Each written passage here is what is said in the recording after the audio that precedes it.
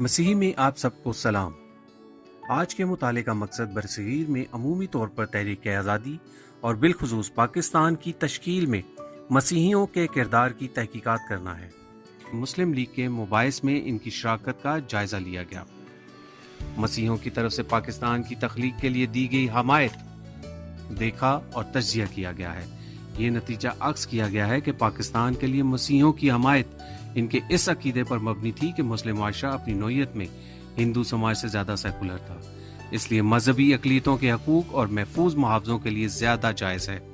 اگر ہم برصغیر میں تحریک آزادی کی تاریخ کا بغور جائزہ لیں تو معلوم ہوتا ہے کہ ہندوستانی اور برطانوی مسیحیوں نے ہندوستان میں سیاسی سماجی کاری کے عمل میں اہم کردار ادا کیا۔ سیاسی نظام کے کام میں ان کی شمولیت اور مغربی طرز کی تعلیم، ان کی نمائش نے انہیں پارلیمانی جمہوریت کے تصور اور عمل سے واقف کروایا، جیسا کہ یہ انگریز خود سمجھتے تھے۔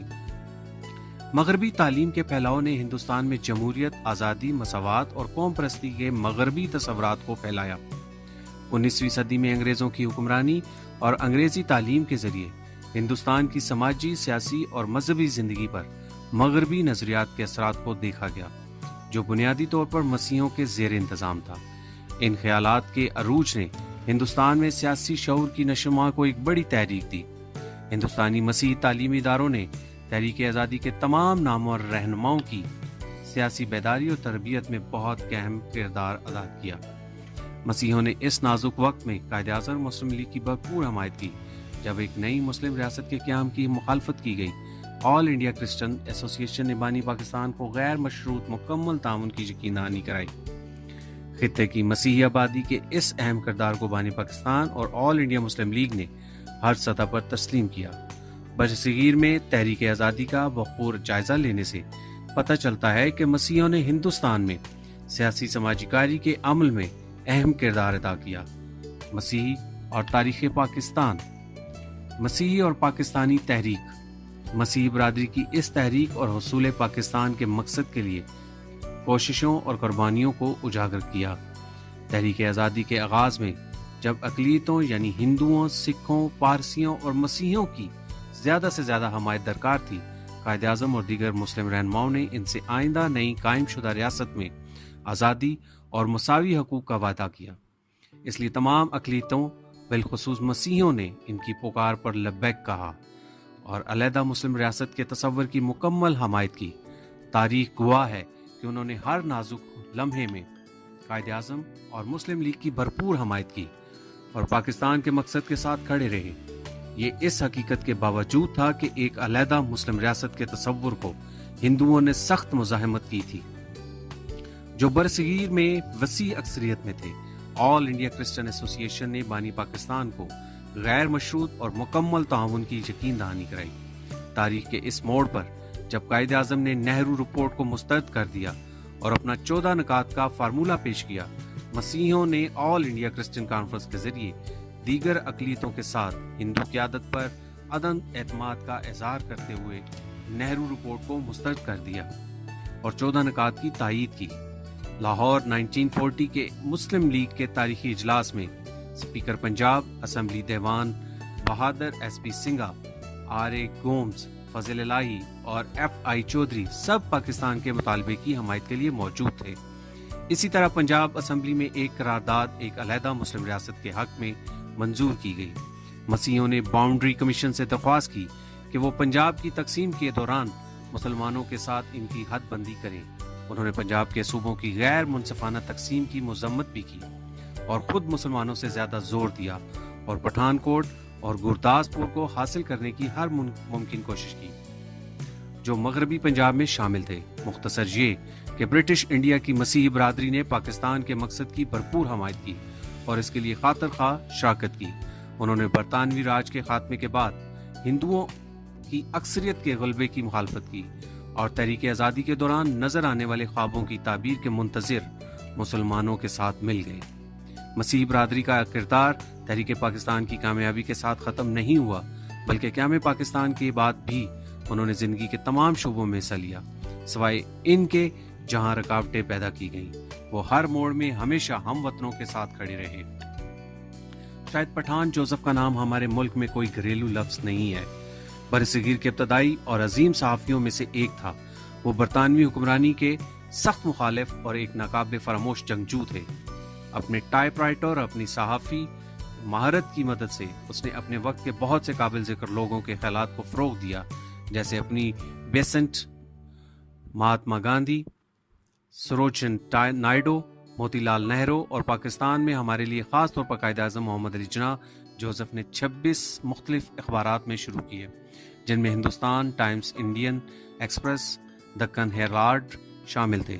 1941 میں جب قائد اعظم نے روزنامہ ڈان قائم کرنے کا فیصلہ کیا تو اس نے پٹھان جوزف کو اس کا پہلا ایڈیٹر بھرتی کیا۔ جب باؤنڈری کمیشن کی کارروائی ہوئی، مسیحی رہنماؤں نے سنگھا کی قیادت میں اپنا بیان ریکارڈ کیا کہ حدود کی حد بندی کے لیے مسیحی آبادیوں کو شامل کیا جانا چاہیے۔ دیوان بہادر ایس پی سنگھا، جو تقسیم سے قبل پنجاب کے ممتاز مسیحی رہنما ہیں، پسرور سے تعلق رکھتے تھے۔ 1937 میں پنجاب اسمبلی کے منتخب ہونے کے بعد سنگھا تحریک پاکستان کے کٹر حامی بن کر ابھرے۔ مزید یہ کہ انہوں نے پنجاب اسمبلی کے اسپیکر کی حیثیت سے پاکستان کے مقصد کو آگے بڑھانے کے لیے اپنے عہدے کو طاقت اور جرأت کے ساتھ استعمال کیا، ایک ایسے وقت میں جب بہت سے نام نہاد علماء پاکستان کے تصور کی واضح طور پر مخالفت کر رہے تھے، مسلم لیگ اور خاص طور پر مسٹر جناح کے خلاف۔ مسیحی برادری کے رہنما قائد اعظم کے ویژن کے مستقل حمایتی تھے۔ مسٹر جناح نے تجزیہ کار صحافی پٹھان جوزف کو اس اخبار کے ایڈیٹر کے طور پر منتخب کیا جو انہوں نے قائم کیا تھا۔ 1942 میں آل انڈیا کرسچن ایسوسی ایشن نے پاکستان کے بانی کو غیر مشروط مکمل تعاون کی یقین دہانی کرائی۔ پنجاب میں چرچ کے رہنماؤں نے پاکستان کے تصور کی بھرپور تائید کی اور اپنے بھائیوں کو مشورہ دیا کہ جب پاکستان وجود میں آئے گا تو پاکستان منتقل ہو جائیں گے۔ پاکستان کے تصور کے ارتقاء نے جوشوا افضل الدین جیسے دانشور نے روزنامہ انکلیو میں لکھا تھا کہ پاکستان کا علاقہ وسطی ایشیا اور اس کی اپنی مخصوص تاریخ کے ساتھ باقی ہندوستان سے الگ ملک ہے۔ فضل الدین نے اپنے آپ کو چودھری رحمت علی، جنہوں نے پاکستان کا نام واضح کیا تھا، کے ساتھ اس علاقے کو ہندوستان سے علیحدگی کے حوالے سے سمجھا۔ کچھ دوسری مثالیں ہیں: چودھری چندو لال، فضل الہی، صحافی ایلمر چودھری،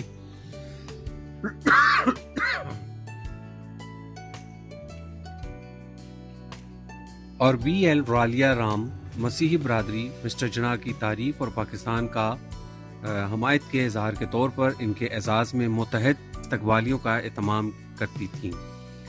19 نومبر 1942 کو کنگز گارڈن، لائل پور، جو کہ اب فیصل آباد ہے، میں ایک شاندار استقبالیہ کا اہتمام کیا گیا۔ اگلے ہی دن لاہور میں لورنگ کے بڑے ہال میں ایک اور استقبالیہ کا اہتمام کیا گیا، جس میں مس فاطمہ، سر سکندر حیات اور نواب ممدود نے شرکت کی۔ اس موقع پر مسٹر جناح نے کہا، ہم آپ کے احسان کو کبھی نہیں بھولیں گے کیونکہ آپ نے ہمارے ساتھ تعاون کیا ہے۔ ماؤنٹ بیٹن کے 3 جون کے منصوبے کے بعد جب تقسیم ہند کا اعلان کیا گیا، دیوان سنگھا اور پنجاب میں مسیحی برادری نے پنجاب کی تقسیم کی مخالفت کا اظہار کیا اور مطالبہ کیا کہ پورے پنجاب کو شامل کیا جائے۔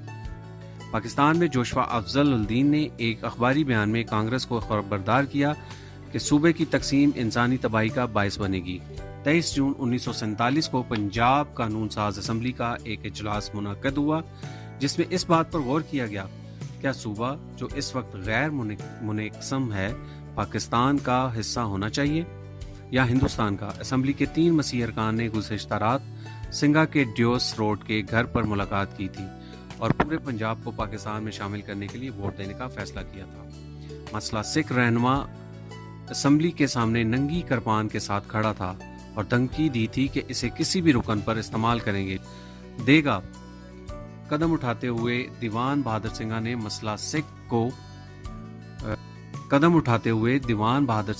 مسئلہ سکھ رہنما کا سامنا کیا، اعلان کیا کہ وہ واقعی پاکستان کو ووٹ دینا چاہتا ہے اور اسے چیلنج کیا کہ وہ اپنا بدترین کام کرے۔ ایک جھڑپ شروع ہو گئی لیکن